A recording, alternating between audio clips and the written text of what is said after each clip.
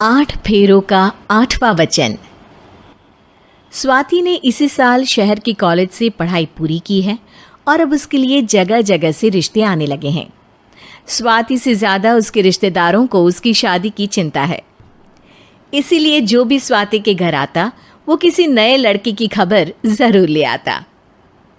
अरे दीदी, ये फोटो देख के बताओ कैसा है। राहुल नाम है लड़के का, मेरी सहेली की बहन का बेटा है। अपनी स्वाति के साथ एकदम प्यारी जोड़ी लगेगी इसकी। ज़रा दिखाना, फोटो तो बढ़िया लग रहा है। कोई गलत आदत वादत तो नहीं है ना इसे? और कमाता कितना है? अरे कोई गलत आदत नहीं है दीदी, आप कहो तो एक मीटिंग करवा देती हूँ, फिर सब कुछ फाइनल कर लेना। हाँ, ये सही कह रही हो तुम। संडे को स्वाति के पापा भी घर पे ही रहेंगे। बुआ फिर वहाँ से चली जाती है और रात को स्वाति की माँ उससे कहती है, स्वाति बेटा, आज कमला बुआ ने एक लड़के की फ़ोटो दिखाई है। संडे को वो लोग मिलने आ रहे हैं, तैयार हो ना तुम बेटा। अरे मम्मी, आप कहाँ कमला बुआ के चक्कर में आ जाती हो? अभी इतनी जल्दी कोई शादी वादी नहीं करनी है मुझे। अरे बेटा, अच्छा लड़का है, बुआ जानती है उसे अच्छे से। हाँ स्वाति बेटा, एक बार मिल तो लो, बाद में देखेंगे आगे क्या करना है। वैसे तो कमला रिश्ता लाई है तो मना करने का तो कोई सवाल ही नहीं उठता। संडे की सुबह होती है और कमला बुआ राहुल और उसके मम्मी पापा को लेकर स्वाति के घर आती है।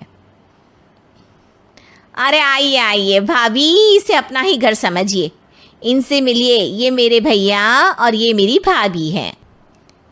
नमस्ते भाभी जी, ये है हमारा लड़का राहुल, सरकारी नौकरी की तैयारी कर रहा है ये। वैसे आपकी बेटी कहाँ है? अरे स्वाति बेटा, बाहर आ जाओ। वैसे कितनी पढ़ाई की है स्वाति ने?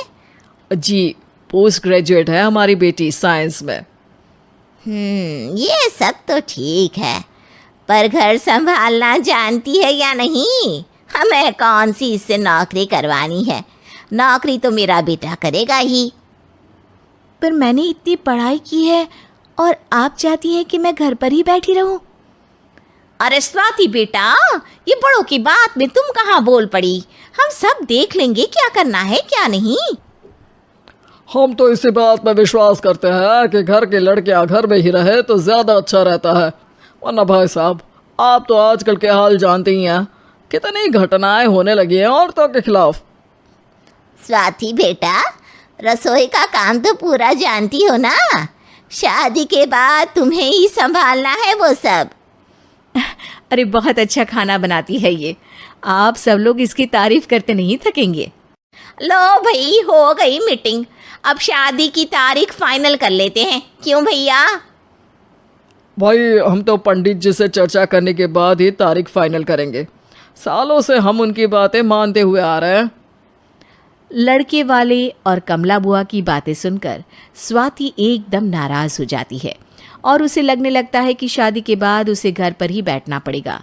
लेकिन घर वालों के आगे उसकी एक नहीं चलती और उसे शादी के लिए हाँ कहना पड़ता है। शादी का दिन आ जाता है और सब मंडप में जमा होते हैं। अब फेरों का समय हो गया है, अब कन्या अपने वर से 7 वचन मांगेगी। आप किसी धार्मिक आयोजन में जाए तो मुझे भी ले जाएंगे। आप मेरे माता पिता का भी बराबरी से सम्मान करेंगे, हमेशा मेरा साथ निभाएंगे। आपको दोनों परिवार की जिम्मेदारियां बखूबी निभानी होगी। हर ज़रूरी बात में मेरी भी राय लेंगे। आप सभी गलत आदतों से दूर रहेंगे।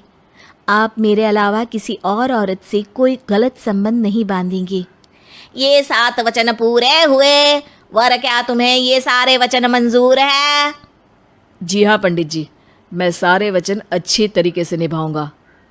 अरे वाह वाह, बढ़िया तरीके से सब काम संपन्न हो गया।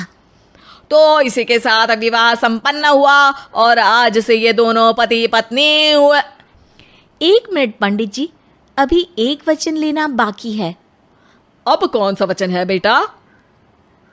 मैं अब हमेशा के लिए किसी दूसरे घर में जाने वाली हूँ, तो पति के अलावा मैं अपने सास ससुर से भी एक वचन लेना चाहूँगी। अब कहो बेटी। मैं ये चाहती हूँ कि मुझ पर किसी बात की कोई पाबंदी नहीं लगाई जाएगी। मुझे सब कुछ करने की आज़ादी होगी और मैं भी विश्वास दिलाती हूँ कि मैं एक अच्छी बहू बन के दिखाऊंगी। स्वाति की बात सुनकर उसके सास ससुर एकदम चौंक जाते हैं और कुछ बोल नहीं पाते कि उतने में कमला बुआ बोल पड़ती है। अरे बेटा, ये भी कोई कहने की बात है? रानी बन के रहोगी तुम तो। वचन देने से पहले सोच लीजिए, क्योंकि शास्त्रों में वचन ना निभाने वालों के लिए नरक से भी बदतर सजा लिखी है।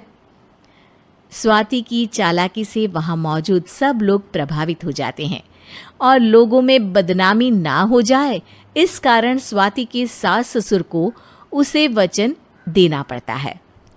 अरे कैसी अपशकुन वाली बातें कर रहे हैं आप पंडित जी। हमें मंजूर है बेटा तुम्हारी शर्त। स्वाति अपनी समझदारी से अपनी बात अपने ससुराल वालों से मनवा लेती है और खुशी खुशी राहुल से शादी कर लेती है। अब से हर शादी में मैं खुद 8 वचन दिलवाऊंगा। ओम मंगलम मंगलम मंगलम।